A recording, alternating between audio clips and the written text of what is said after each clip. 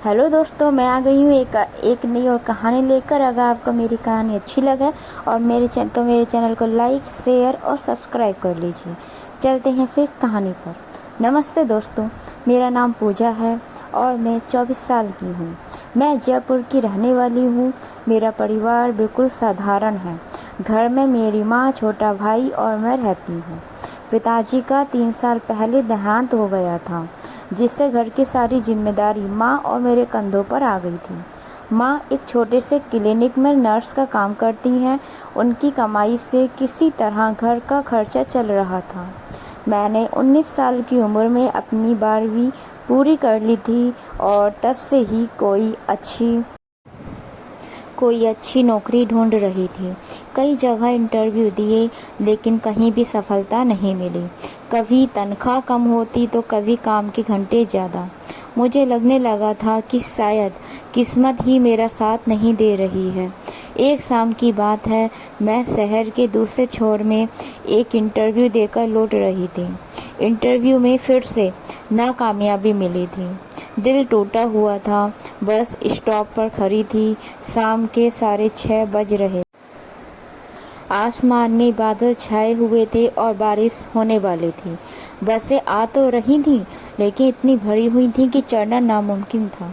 अचानक एक सफ़ेद रंग की कार मेरे सामने रुकी। शीशा नीचे हुआ और अंदर से एक सज्जन व्यक्ति ने पूछा, कहाँ जाना है? काफ़ी देर से खड़ी देख रहा हूँ आपको। मैंने हिचकिचाते हुए जवाब दिया, नहीं, मैं बस का इंतज़ार कर रही हूँ। वो बोले, इतनी भीड़ में बस मिलना मुश्किल है। मैं बेजंतपुरा की तरफ जा रहा हूँ। उधर ही जाना है क्या? उन्होंने पूछा। मैंने सोचा अब बारिश भी शुरू हो गई है, बस मिलने के चांस कम हैं और घर भी दूर है। थोड़ी देर सोचने के बाद मैंने कहा, हाँ, मुझे बेजंतपुरा के पास ही जाना है, अगर आपको कोई दिक्कत ना हो तो। उन्होंने कहा, बिल्कुल नहीं, आ जाइए। उन्होंने मुस्कुराते हुए कहा। मैं पीछे सीट पर बैठ गई। वे मुझसे बात करने लगे और बोले, आप क्या करती हैं? मैंने बोला, अभी कुछ खास नौकरी की तलाश कर रही हूँ। आज भी इंटरव्यू देकर आ रही हूँ। और कैसा रहा? तो उन्होंने कहा, कैसा रहा इंटरव्यू? उन्होंने मुझसे पूछा। मैं बोली, अच्छा नहीं रहा, क्योंकि वे बोल रहे थे कि अनुभव की कमी है। फिर वे बोले, ओह, ये तो हर नए उम्मीदवार की समस्या होती है। अनुभव कहाँ से लाएं, जब कोई काम ही ना दे। रास्ते भर हम बातें करते रहे। मैंने उनसे अपने परिवार के बारे में बताया, अपनी पढ़ाई के बारे में, और ये भी कि कैसे मुझे नौकरी की सख्त ज़रूरत है। उन्होंने ध्यान से सुना और मेरी बात समझी। जब मेरा घर आया, मैंने उन्हें रुकने के लिए कहा। उतरते समय मैंने धन्यवाद दिया।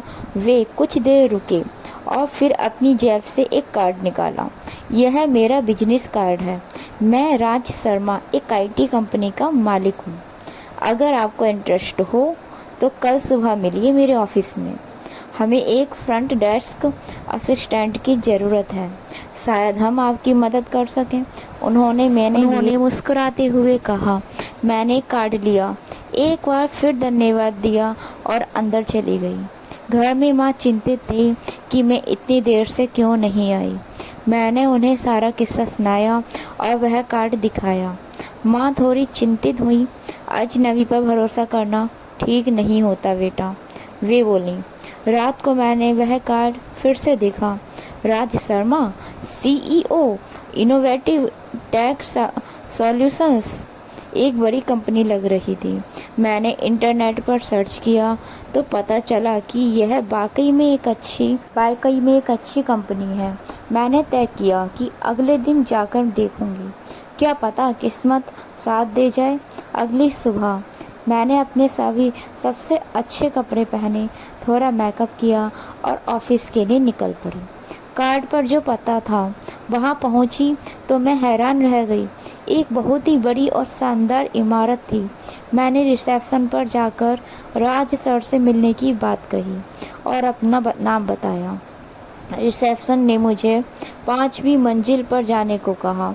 मैं लिफ्ट से ऊपर गई और उनके कैबिन के बाहर पहुंची। दिल धड़क रहा था। धीरे से दरवाजे पर दस्तक दी तो अंदर से आवाज़ आई, कम इन। मैं अंदर गई तो राज सर डेस्क पर कुछ फाइल्स देख रहे थे। मुझे देखकर वे मुस्कुराए। अरे पूजा, आ गई आप? बैठिए बैठिए। उन्होंने मुझे इशारा करके एक कुर्सी पर बैठने को कहा। मुझे थोड़ा अजीब लगा कि मेरा नाम याद रख पाए। फिर मैंने सोचा कि शायद रिसेप्शनिस्ट ने उन्हें बता दिया होगा। तो पूजा, आपने अपनी पढ़ाई के बारे में बताया था। क्या आप कंप्यूटर पर काम कर सकती हैं? बेसिक एमएस ऑफिस आता है? उन्होंने पूछा। मैं बोली, जी हाँ सर। फिर वे बोले, बहुत अच्छा। देखिए, मैं आपको डायरेक्ट नौकरी नहीं दे सकता, लेकिन 1 महीने का इंटर्नशिप ऑफ़र कर सकता हूँ। आप सीखेंगी और अगर आपका काम अच्छा लगा तो हम आपको पक्की नौकरी दे देंगे। शुरुआत में 8,000 रुपये महीना मिलेगा। क्या यह आपको मंजूर है? उन्होंने प्रस्ताव रखा। मेरी आंखों में चमक आ गई। यह मेरे लिए एक सुनहरा मौका था। जी सर, मुझे यह बिल्कुल मंजूर है, मैंने उत्साहित होकर कहा। ठीक है, फिर कल से शुरू कर दीजिए। सुबह 9 बजे आ जाइएगा। हमारी एचआर रमा मैडम आपको सब कुछ समझा देंगी, उन्होंने कहा। मैं बहुत खुश थी। इतने दिनों की मेहनत के बाद आखिरकार कुछ तो मिला था। मैंने उनका धन्यवाद किया और घर लौट गई। घर पहुंचकर मैंने माँ को ये खुशखबरी सुनाई। वे भी बहुत खुश हुई। अगले दिन से मेरी नई जिंदगी शुरू हो गई। एचआर रमा मैडम ने मुझे सब कुछ समझाया, ऑफिस के नियम, मेरे काम के घंटे और मेरे कर्तव्य। मेरा काम ज़्यादातर फ्रंट डेस्क पर फ़ोन कॉल्स हैंडल करना, विजिटर्स को रिसीव करना और छोटे मोटे पेपर वर्क में मदद करना था। धीरे धीरे समय बीतता गया। 1 महीने में मैंने काफ़ी कुछ सीख लिया था। राज सर कभी कभी मेरे काम की तारीफ भी करते थे, जिससे मेरा आत्मविश्वास बढ़ता था। पहले महीने के बाद उन्होंने मुझे पक्की नौकरी दे दी और सैलरी भी बढ़ाकर 12,000 रुपये कर दी। यह मेरे लिए बहुत बड़ी बात थी। लेकिन 3 महीने बाद मुझे कुछ ऐसी बातें पता चलीं जिनसे मैं परेशान हो गई। ऑफिस की एक लड़की अंजलि ने मुझे बताया कि मेरे पद पर पहले भी कई लड़कियां आ चुकी हैं, लेकिन कोई भी ज़्यादा दिन तक नहीं टिकी। वह बोली, राज सर की नज़र हमेशा से ही नई और खूबसूरत लड़कियों पर रहती है। वे पहले तो बिल्कुल शरीफ बनते हैं, फिर धीरे धीरे अपना असली रंग दिखाते हैं। मुझे उसकी बात पर विश्वास नहीं हुआ। राज सर ने मेरे साथ हमेशा अच्छा व्यवहार किया था। कभी भी कोई ऐसी हरकत नहीं की थी जिससे मुझे अच्छा ना लगे। मैंने अंजलि की बातों को नज़रअंदाज कर दिया और अपने काम में लगी रही। एक शनिवार को ऑफिस में छुट्टी थी, लेकिन राज सर ने मुझे फ़ोन करके कहा कि कुछ ज़रूरी काम है, जल्दी से आ जाओ। मैंने सोचा ज़रूर कोई महत्वपूर्ण मीटिंग होगी। मैं तैयार हुई और ऑफिस के लिए निकल गई। उस दिन मौसम बहुत ख़राब था। आसमान में काले काले बादल छाए हुए थे और तेज़ हवाएं चल रही थीं। मैं स्कूटी पर सवार होकर ऑफिस की ओर चल पड़ी। रास्ते में अचानक बारिश शुरू हो गई। मैंने एक दुकान के नीचे रुककर बारिश रुकने का इंतज़ार किया, लेकिन बारिश और तेज़ होती जा रही थी। मैंने सोचा कि ऑफिस ज़्यादा दूर नहीं है, इसीलिए बारिश में ही चल पड़ी। जब मैं ऑफिस पहुंची तो पूरी भीग चुकी थी। मेरे बाल, कपड़े सब गीले थे और मैं लिफ्ट से सीधे राज सर के केबिन में गई। राज सर अपने केबिन में थे। मुझे इस हालत में देखकर वे चिंतित हो गए। अरे पूजा, तुम तो पूरी भीग गई हो, ऐसे कैसे काम करोगी? तुम्हें बुखार हो जाएगा। मैंने वहीं खड़ी थी, पानी टपकता हुआ। राज सर ने मुझे अपना कीबोर्ड साइड में रखा और अलमारी से एक तौलिया निकाला। यह लो, रेस्ट रूम में जाकर सर सुखा लो। मैंने तौलिया लिया और रेस्ट रूम में चली गई। मेरे कपड़े पूरी तरह भीगे हुए थे। मैंने अपने बाल सुखाए और थोड़ा ठीक किया, लेकिन कपड़े तो गीले ही थे। रेस्ट रूम से निकली तो देखा ऑफिस में सिर्फ राज सर और मैं ही थे।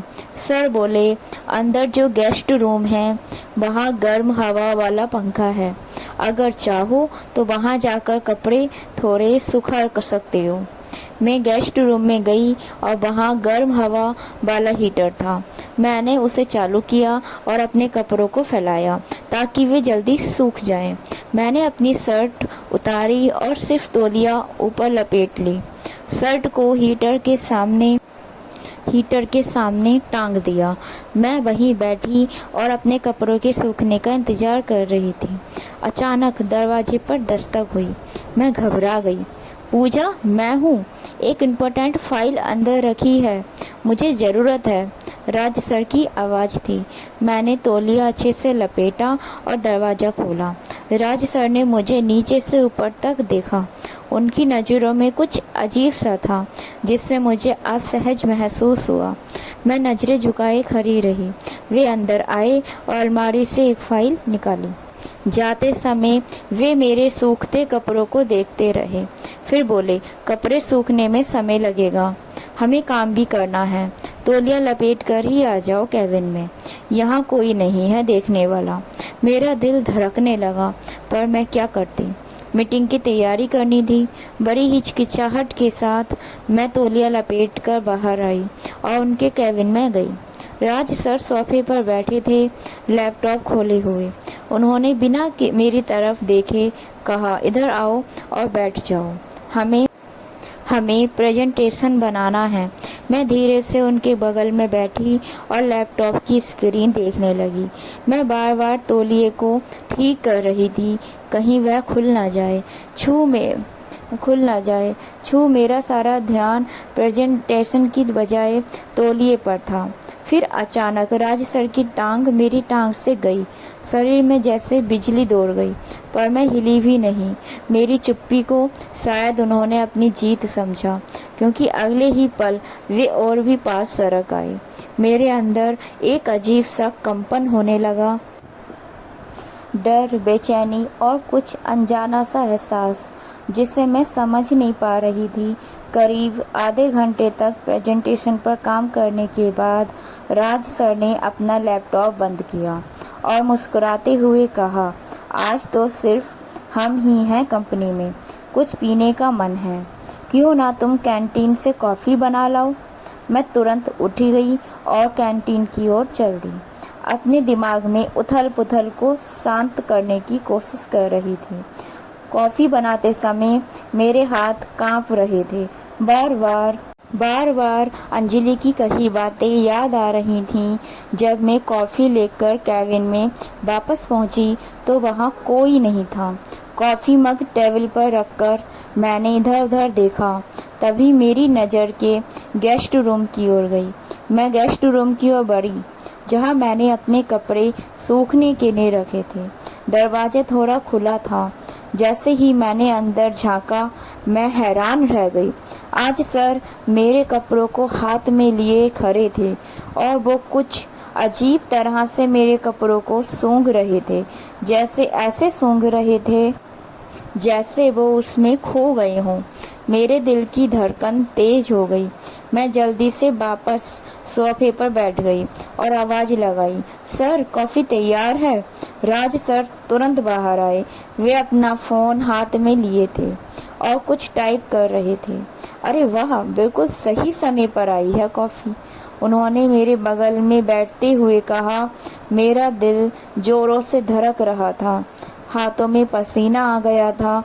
मैंने कांपते हाथों से कॉफ़ी का मग उन्हें पकड़ाया और हम दोनों चुपचाप कॉफ़ी पीने लगे। अचानक राज सर बोले, पूजा तुम बहुत खूबसूरत हो। मैं कुछ बोल न सकी, बस हल्के से मुस्कुरा दी। मेरा चेहरा शर्म से लाल हो गया था। राज सर ने अपना कॉफ़ी मग टेबल पर रखा और धीरे से अपना हाथ मेरी टांग पर रख दिया। मैंने झटके से अपनी टांग पीछे खींच ली। क्या हुआ पूजा, डर गई? उन्होंने मुस्कुराते हुए पूछा। मैं चुप रही। मेरा दिमाग तेजी से सोच रहा था कि यहाँ से कैसे निकलूं। वे और पास सरक आए। मेरा दिल इतनी तेजी से धड़क रहा था कि मुझे लगा सीने से बाहर निकल जाएगा। उन्होंने मेरा हाथ अपने हाथों में लिया और बोले, पूजा, मैं तुमसे कुछ कहना चाहता हूँ। जी सर, मैंने हकलाते हुए कहा। क्या तुम अपनी इस नौकरी से संतुष्ट हो? उन्होंने पूछा। मैंने हाँ में सिर हिलाया। अगर मैं तुम्हारी नौकरी पक्की कर दूं पर पूरा कॉन्ट्रैक्ट साइन करा दूं तो कैसा रहेगा? उन्होंने धीरे से पूछा। सर, ये तो आप पर निर्भर करता है, मैंने जवाब दिया। नहीं पूजा, यह मुझ पर नहीं बल्कि तुम पर निर्भर करता है। उन्होंने मेरा हाथ थोड़ा और कसकर पकड़ते हुए कहा। क्या चाहती हो तुम, एक अच्छी पक्की नौकरी या फिर एक टेम्पररी जॉब जो कभी भी छूट सकती है? मतलब, मैंने कांपते स्वर में पूछा। हालांकि मैं समझ चुकी थी वे क्या कहना चाहते हैं। अगर तुम मेरी बात मान लो, मेरी हर इच्छा पूरी करो, जैसे कि आज रात मेरे साथ बिताओ, तो मैं वादा करता हूँ कि तुम्हारा भविष्य सुरक्षित रहेगा। कल से ही तुम्हारी नौकरी पक्की। उन्होंने मेरी आंखों में देखते हुए कहा। मेरे अंदर एक तूफान उठ रहा था। मैंने झटके से अपना हाथ छुड़ाया और उठ खड़ी हुई। सर, आप गलत समझ रहे हैं मुझे।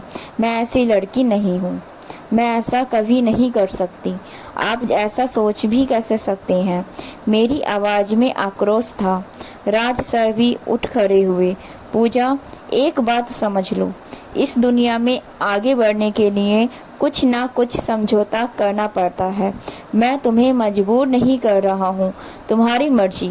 मैं तुम्हें और तुम्हारे परिवार को हर तरह से सपोर्ट करूँगा। तुम्हारी माँ, तुम्हारा भाई, सबकी ज़िंदगी बदल सकती है। वे दरवाजे की ओर बढ़े और बोले, मैं नीचे जाकर एक सिगरेट पीकर आता हूँ। अगर यहाँ रहोगी तो समझना कि तुम राजी हो, वरना चली जाना। कोई बुरा नहीं मानूंगा और जो अभी तक चल रहा है वैसे ही चलता रहेगा। इतना कहकर वे बाहर चले गए। मैं वहीं खड़ी रही, अपने आंसुओं को रोकने की कोशिश करते हुए।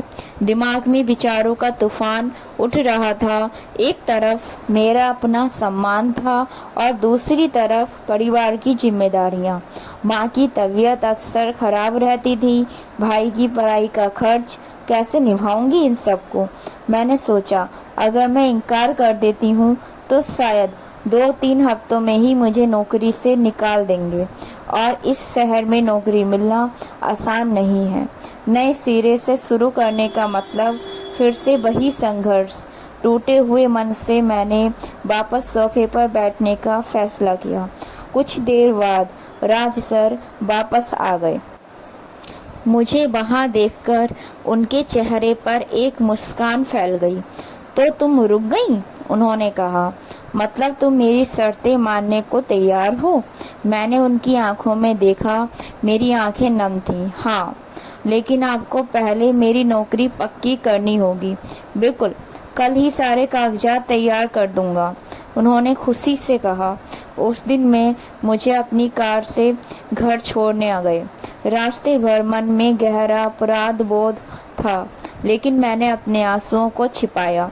घर पहुंचकर उन्होंने मेरी माँ को खुशखबरी सुनाई कि मुझे पक्की नौकरी मिल गई है और सैलरी बढ़कर 15,000 रुपये हो गई है। माँ की आंखों में खुशी के आंसू थे। उन्होंने राज सर का धन्यवाद किया और मेरे सिर पर हाथ फेरा। देखा बेटा, तेरी मेहनत रंग लाई। उस रात मैं बिस्तर पर लेटी रही, अपनी किस्मत पर आंसू बहाती। किसी को क्या पता था कि मैंने अपने आप को बेच दी थी। कुछ दिनों बाद मैं सुबह ऑफिस के लिए तैयार हो रही थी जब मेरे मोबाइल पर राज सर का फ़ोन आया और वो बोले, पूजा, मेरे फार्म हाउस पर आना है आज। कुछ विशेष मीटिंग है। अपने घर में बता देना कि 2-3 दिन के लिए कंपनी के काम से बाहर जा रही हो। मेरी आवाज़ कांप गई। जी सर।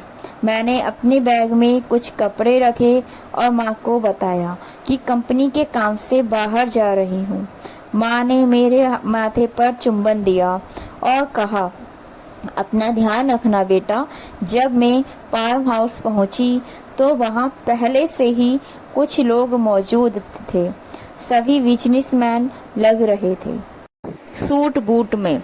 मैं थोड़ी राहत महसूस करने लगी कि शायद बाकी कोई विशेष बिजनेस मीटिंग होगी। मीटिंग शुरू हुई और सभी लोग विभिन्न प्रोजेक्ट्स पर चर्चा करने लगे। मैं नोट्स लेती रही और जब ज़रूरत पड़ी प्रेजेंटेशन दिखाया। करीब 3-4 घंटे मीटिंग चलती रही। मीटिंग खत्म होने के बाद राज सर ने नौकर को बुलाया और उसके कान में कुछ कहा। नौकर तुरंत रसोई में गया और खाने पीने का सामान लेकर आया। एक बड़ा सा चॉकलेट केक भी था। राज सर ने मेरे हाथों से केक कटवाया। सभी ने केक खाया और नाश्ता किया। फिर एक एक करके लोग जाने लगे। राज सर मुझे बाहर तक छोड़ने गए। मैं वहीं सोफे पर बैठी रही, अपनी किस्मत को कोसती हुई। जब राज सर वापस आए तो मैंने देखा कि एक आदमी अभी भी वहीं था, वही जिसने मीटिंग में सबसे ज़्यादा बोला था और जिसे राज सर बहुत सम्मान दे रहे थे। पूजा, फ्रिज से वाइन की बोतल और 3 गिलास लेकर आओ, राज सर ने कहा। मैं 2 गिलास लेकर आई। राज सर ने पूछा, सिर्फ 2 क्यों? एक और लाओ, तुम भी तो हो। मैं नहीं पीती सर, मैंने हिचकिचाते हुए कहा। आज खास दिन है पूजा, आज तुम्हारी नौकरी पक्की हुई है, एक तो बनता है, उन्होंने मुस्कुराते हुए कहा। मैंने हार मानकर एक और गिलास ला दिया। राज सर ने तीनों गिलासों में वाइन और बर्फ डाली और मुझे एक गिलास थमाया। मैंने पहली बार वाइन पी थी, बहुत कड़वी लगी, पर मैंने किसी तरह पी ली। थोड़ी ही देर में मेरा सिर हल्का होने लगा और पैरों में झनझनाहट होने लगी। कुछ ही मिनटों में मुझे हल्का सा नशा महसूस होने लगा। उस आदमी ने राज सर के कान में कुछ कहा। राज सर मुस्कुराए और मुझसे बोले, पूजा इधर आओ, राकेश जी से मिलो ठीक से, यह हमारे सबसे बड़े इन्वेस्टर हैं। मैं उठकर उनके पास गई। राकेश जी ने मेरा खाली गिलास उठाया और उसमें फिर से वाइन भरी। पियो, उन्होंने मुझे गिलास थमाते हुए कहा। मैंने राज सर की ओर देखा, मदद के लिए पुकार रही थी। पी लो पूजा, राकेश जी के हाथ से मिली चीज नहीं ठुकराई जाती, राज सर ने कहा। मेरे अंदर का एक हिस्सा चीख रहा था। तभी राज सर ने मेरे कंधे पर हाथ रखा और बोले, पूजा, मैं तुम्हें एक काम सौंपना चाहता हूँ। राकेश जी हमारी कंपनी के लिए बहुत महत्वपूर्ण है। ये 2 दिन यहाँ रहेंगे और मुझे चाहिए कि तुम इनका ख्याल रखो। मेरा माथा ठनका। मतलब सर, इनकी देखभाल करनी है। राज सर मुस्कुराए और उनकी आंखों में एक अजीब सी चमक थी। तुम समझदार हो पूजा, बाकी सब समझ ही गई होगी। मेरे मुंह से निकला, जी सर। हालांकि मेरा मन चीख चीख कर इनकार कर रहा था। अच्छा, अब मैं जा रही हूँ, कोई समस्या हो तो फ़ोन करना। इतना कहकर राज सर वहाँ से चले गए। मैंने दरवाजे पर खड़े होकर उनकी कार को दूर जाते देखा। मेरे दिल में एक अजीब सा डर था। क्या मैं अपने ही हाथों अपना सौदा कर रही हूँ? पीछे मुड़कर देखा तो राकेश सर मुझे ऐसे घूर रहे थे जैसे मैं कोई शिकार हूँ। उनकी नज़रें मेरे शरीर पर घूम रही थीं। मैं खुद को नंगा महसूस कर रही थी। मैंने अपने हाथ को संभाला और सोचा कि किसी तरह यह रात गुजर लूँगी। वाइन का नशा अब पूरी तरह उतर चुका था। मैंने देखा कि फार्म हाउस का नौकर भी मुझे अजीब नज़रों से देख रहा था। मैंने उसे पास बुलाया और बोला, तुम्हारा नाम क्या है? तो वो बोले, मेरा नाम रामू है मैडम। उसने आदरपूर्वक कहा। वह साधारण सा व्यक्ति था, किसी गांव से आया लगता था। मैंने उससे पूछा, यह फार्म हाउस शहर से कितनी दूर है? उसने बताया, करीब 15 किलोमीटर मैडम। यहाँ पास में कोई बस्ती नहीं है। मेरे अंदर की घबराहट बढ़ गई। यह जगह बिल्कुल अलग थलग थी। अगर कुछ गलत हुआ तो कोई बचाने भी नहीं आएगा। रामू से कुछ देर और बात करने के बाद अपने कमरे में चला गया। अब मैं और राकेश जी अकेले थे। राकेश जी ने एक और गिलास में वाइन डाली और मेरे पास आकर बैठ गए और बोले, तुम्हारी तारीफ तो राज बहुत करता है। आज देख लिया क्यों? उनकी आवाज़ में कुछ अजीब था। मैं थोड़ा खिसक गई और बोली, मैं थोड़ा आराम कर लूं? कल की मीटिंग के लिए प्रेजेंटेशन तैयार करना है। अरे, आराम तो हम साथ में करेंगे। कहते हुए उन्होंने मेरी कमर पर हाथ रख दिया। मैंने तुरंत उनका हाथ हटाया। प्लीज मुझे छूने की कोशिश मत कीजिए। उनके चेहरे का रंग बदला। ओह, तो नखरे दिखा रही हो? राज ने तो कहा था कि तुम सहयोग करोगी। मैं उठकर दरवाजे की तरफ बढ़ी, लेकिन उन्होंने मेरा हाथ पकड़ लिया और मुझे खींचकर सोफे पर गिरा दिया। बचने की कोशिश मत करो। वे गुर्राए। मैं चिल्लाने लगी, बचाओ, कोई है, बचाओ। राकेश जी ने मेरे मुंह पर हाथ रख दिया और दूसरे हाथ से मेरे कपड़े खींचने लगे। मैं हाथ पैर मारकर खुद को बचाने की कोशिश करती रही। तभी दरवाज़ा जोर से खुला और रामू अंदर आया। उसने देखा क्या हो रहा है और बिना कुछ सोचे एक लकड़ी का स्टूल उठाकर राकेश जी के सिर पर दे मारा। राकेश जी चीखते हुए मुझसे दूर जा गिरे। उनके सिर से खून बह रहा था। मैडम, जल्दी यहाँ से भागो, रामू ने कहा। राकेश जी उठने की कोशिश कर रहे थे और गालियाँ बक रहे थे। कुत्ते, तेरी हिम्मत कैसे हुई? तू जानता है मैं कौन हूँ? रामू ने मुझे अपने पीछे किया और स्टूल को हाथ में पकड़े रहा। आप कुछ भी कर लो साहब, लेकिन किसी बेटी बहन के साथ ऐसा नहीं होने दूंगा।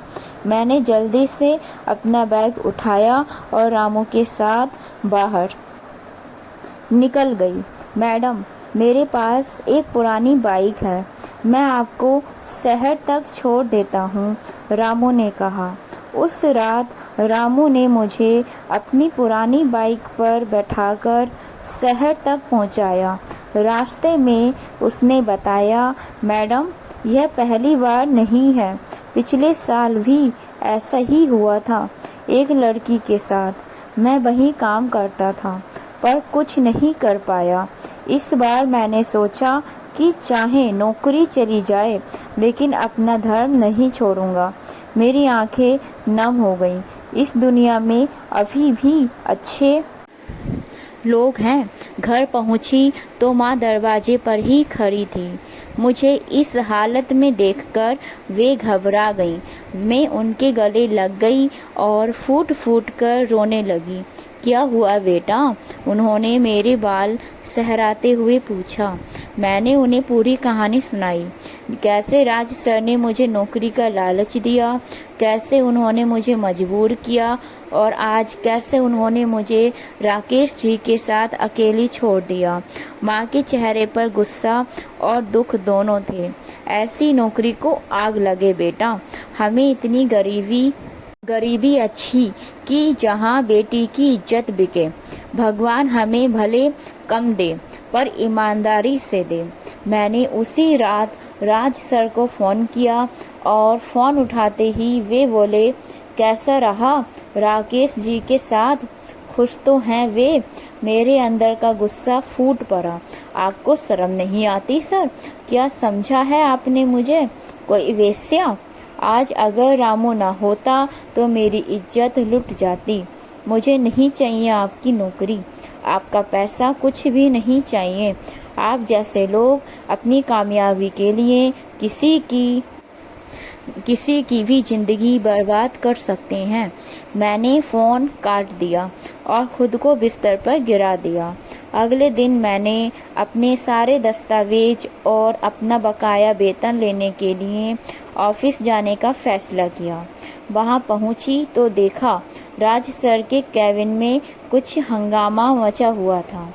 मैंने अंजलि से पूछा तो पता चला कि रात में पुलिस आई थी और राकेश जी की शिकायत पर राज सर को गिरफ्तार किया गया था। बाद में पता चला कि रामू ने उस रात मुझे बचाकर सीधे पुलिस स्टेशन जाकर शिकायत दर्ज करवाई थी। उसने बताया था कि कैसे राज अपनी कंपनी में लड़कियों को नौकरी का लालच देकर अपने क्लाइंट्स के साथ छोड़ देता था। आज जब मैं उस हादसे को याद करती हूँ तो मन कांप उठता है। पर एक बात समझ आई कि दुनिया में बुराई के साथ साथ अच्छाई भी है। रामू जैसे लोग जो अपनी नौकरी की परवाह किए बिना सही के लिए खड़े होते हैं, वही असली हीरो हैं। मैंने फिर से नए सिरे से ज़िंदगी जीने का शुरुआत की और आज एक छोटी सी कंपनी में काम करती हूँ, जहाँ माहौल अच्छा है और लोग आदरपूर्वक व्यवहार करते हैं। माँ और भाई के साथ एक छोटे से घर में रहती हूँ और अपने जीवन से संतुष्ट हूँ। तो दोस्तों, यही थी मेरी कहानी। जीवन में कभी भी पैसे या नौकरी के लिए अपनी इज्जत या आत्मसम्मान ना बेचें। हर मुश्किल का हल समय के साथ निकल आता है। बस हिम्मत ना हारें और सही रास्ते पर चलें। दोस्तों, अगर आपको मेरी कहानियाँ पसंद आई हों तो प्लीज़ मेरे चैनल को लाइक, शेयर, सब्सक्राइब कर लीजिए, ताकि मैं आगे आपको नई नई कहानियाँ लेकर आती रहूँ। आपका दिल से धन्यवाद मेरी कहानी सुनने के लिए।